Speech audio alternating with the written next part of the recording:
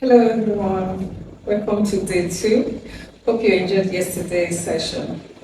All right, let's start. We are working on our stretches, getting our flexibility and our posture into shape, and then later on we strengthen our body.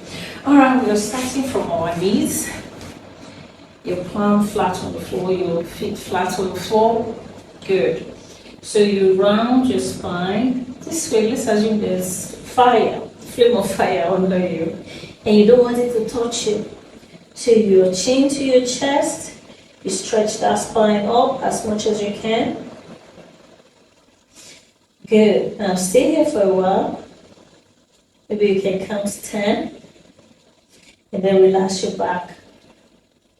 Good. Shall we go again? You round the spine. Now, here, some people have wrists, their hands can't go like that. So this is where you can make your fist. You can use your knuckles and round your spine. And also, putting those who have arthritis in their hands into consideration. You can use your fingers. That actually stretches and strengthens your fingers, because some people have arthritis and they can't do a lot of things that we normally do. So your fingers on the floor strengthens, pushing the floor will strengthen those fingers, okay? And then for those who have wrist issues and you don't have a wrist brace, you can do this particular one too. So round your spine with the chin on your chest, with the stomach in towards your spine. Awesome. And then relax. Good. So I'm going to place my palm on the floor if you're like me, that have no issues. But if you have pain on your shoulder, this particular session is for you. And then your upper back and your lower back. Round the spine again. We're doing it one more time, please. Chin on your chest. So this is a wake-up stretch, and also something you can do before bed. And then release. Now watch this. You have to take this next pose very, do it carefully because of your neck. So if you have a history of stiff neck, you have to take it easy. So move your hands forward really far, okay, and then lean back. So people can't do this, but just try and practice. And if you have a stack of books or a block, bring it to the center so you can place your forehead on top. And in this position, your shoulders are being pulled. You feel it on your shoulders, your upper back. It's called puppy pose. But if you're not flexible, you can stretch, bringing your forehead and your nose on the floor, and duck the back. And then come up. We're going to try that again. So you push back. So your palm, the cup actually, that's this side of your palm, is the one pressing on the floor. So you don't use your fingers, or else you just do something you won't like with your fingers, okay? Now let's go again. With the forehead and your nose on the floor, you just stretch back. And most times, some people just go like that and then they lie flat. When you practice every now and then, because first thing first, you ask yourself, what am I trying to achieve in this position? That way you want to do it better, okay? Don't just look at me and then you want to get this position. But if you're flexible, yes, you can. But if your shoulders are tight, please take it easy. And then you lean back again, forehead towards the floor. And if it doesn't touch the floor, no problem. Just know that you keep trying it. And then your shoulders will be loose, and then you go all the way flat. So here, this is forehead and your nose on the floor. Right now, you should be feeling your upper back, your shoulders, your arms. Good, and then come up slowly. Now walk your hands back towards you. Okay, and then maybe your arms are a bit overwhelmed. Bring your left arm across your chest. And this side of the head is on the floor. And if you are still not flexible, okay, maybe your neck is a bit stiff, grab the block or the stack of big books and then place your left hand across the chest, place the side of the head on top of it. Be careful not to rest on it. You're hanging a little bit. Please don't rest your head like just putting the whole of your weight on your head. All you want to feel is the side of your body. Okay? You stretch back, stay. Then we're going to do the other side. Your hand here, bring this here. But if you're flexible and you don't want to do it with the block or the books, you just go that way, head down. The side of the head, not here, not the crown of the head, is the side you want to bring down. Head on the floor, and then you push gently. So breathe.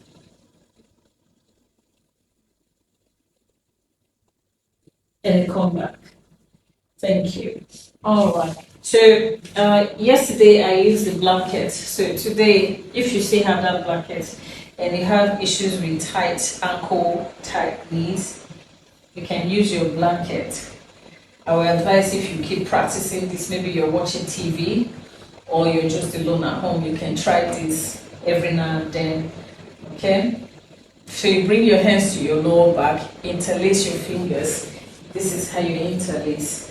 Don't pull your wrist. Don't hold your hands. Interlace your fingers.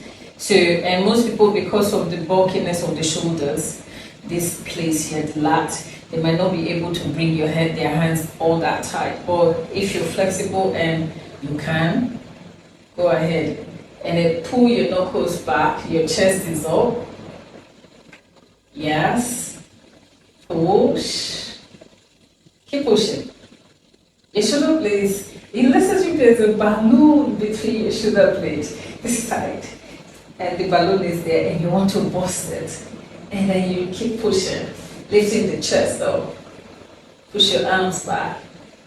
Good, and then slowly release. Release your hands. Okay? All right, so yesterday I was telling those who have issues with the wrist that we will do something. So your hands are like that, and then you just pull it down. Most times when you leave these things, they generate to something else. You can't just leave them just there. You have to bring some mobility to these joints. They are meant to move. So we do this.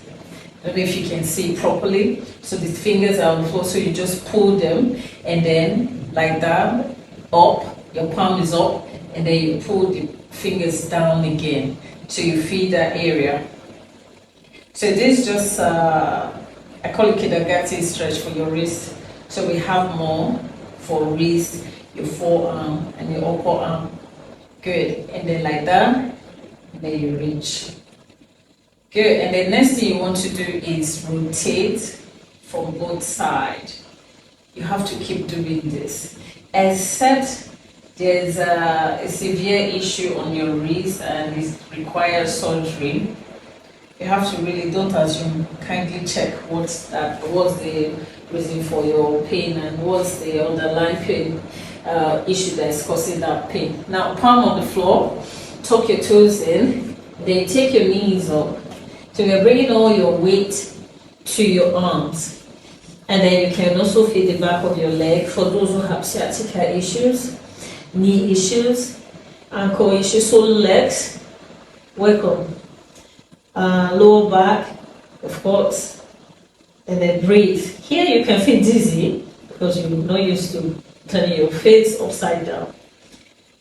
Stay here for a few seconds. And then if you can push your knees back, just please go ahead. That will actually extend your legs. It's good for those who run, those who do marathon. And if you just need a regular opening on your legs, this is very good for you. And then drop your knees. Thank you. Okay, so we're moving our feet to one side, and then we're sitting down. So the soles of your feet together in front of you. Grab your toes, open the soles of your the elbows. All right, in this position, your hip might not allow you to take your legs this low. So let's assume this is how high it is. All you have to do is just grab whatever you can and then lift your chest up. All right. So, but if your hips you have no issues with your hip, then grab your toes and then elbows out.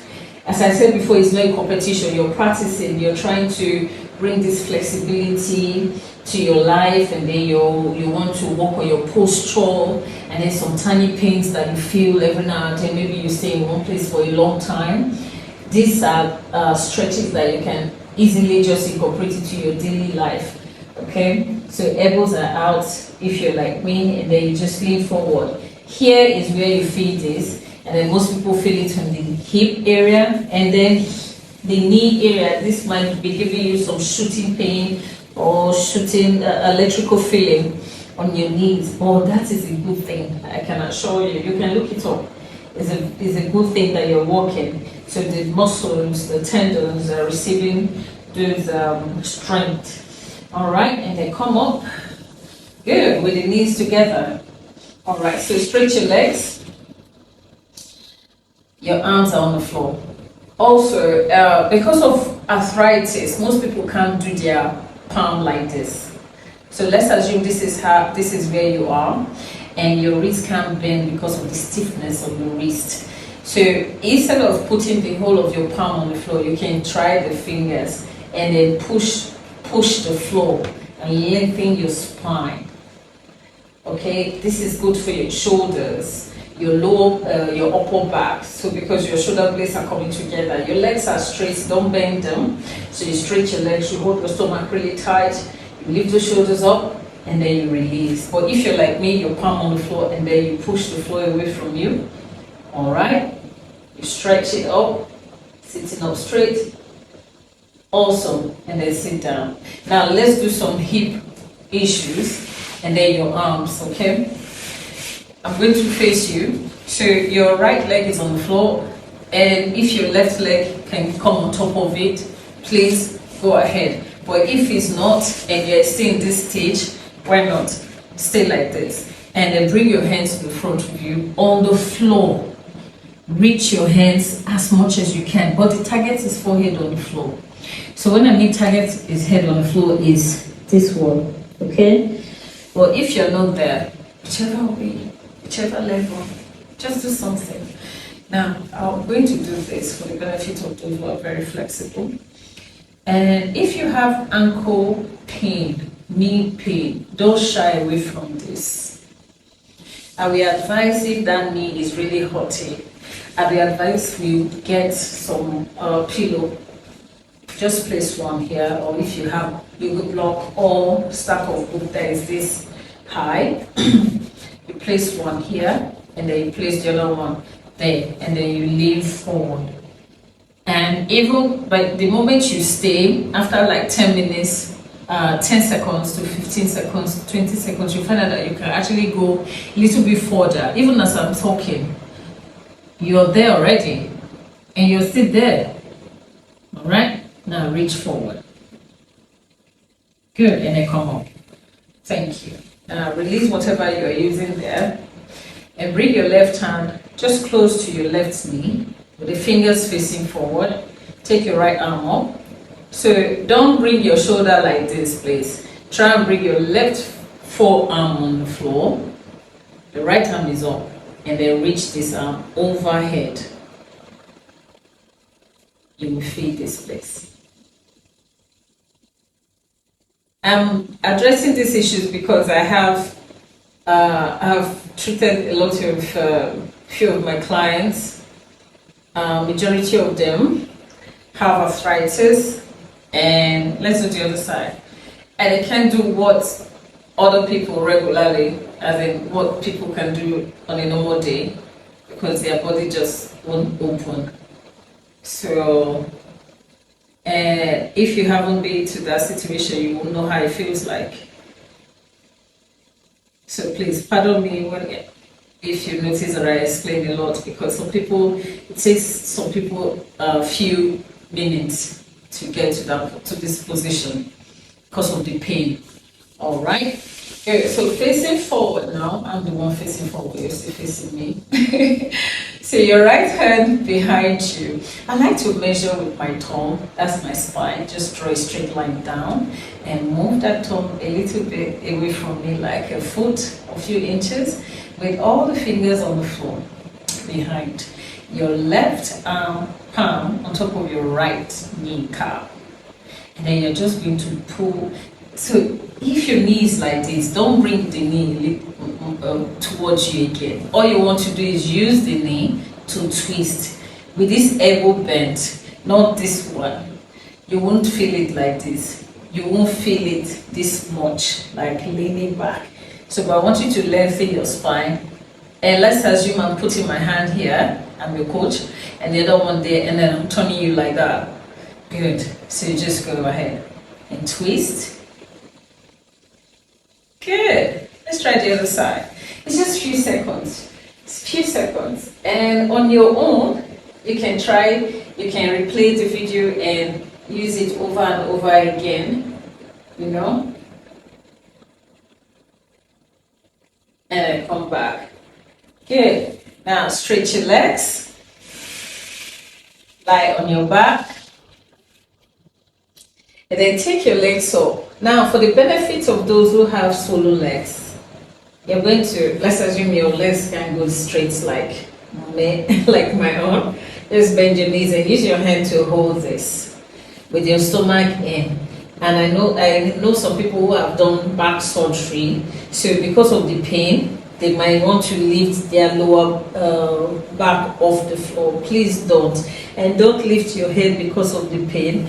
I will advise you just bend your knees slightly because of the swollen legs and then maybe the knee issues.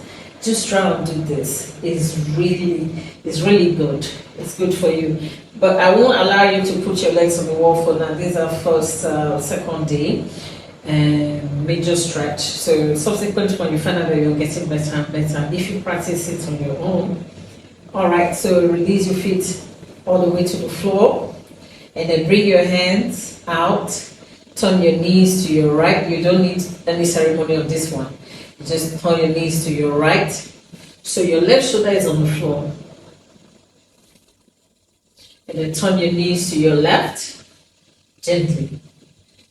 Or if you're very flexible, you can take the feet off the floor. Then come back. So stretch your legs. And for the benefit of those who have shoulder issues, I'll advise you take your arms above the head and stay like this. This is your resting position. Just close your eyes. So your back might be a little bit overwhelmed because of all that forward bending. But don't worry, just stay here for at least 5 minutes. Everything will subside and come back to where they belong.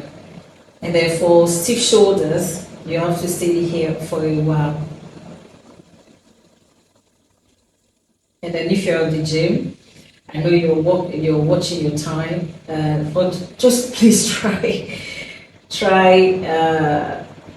stay for at least 3 minutes before you jump off to lift those weights.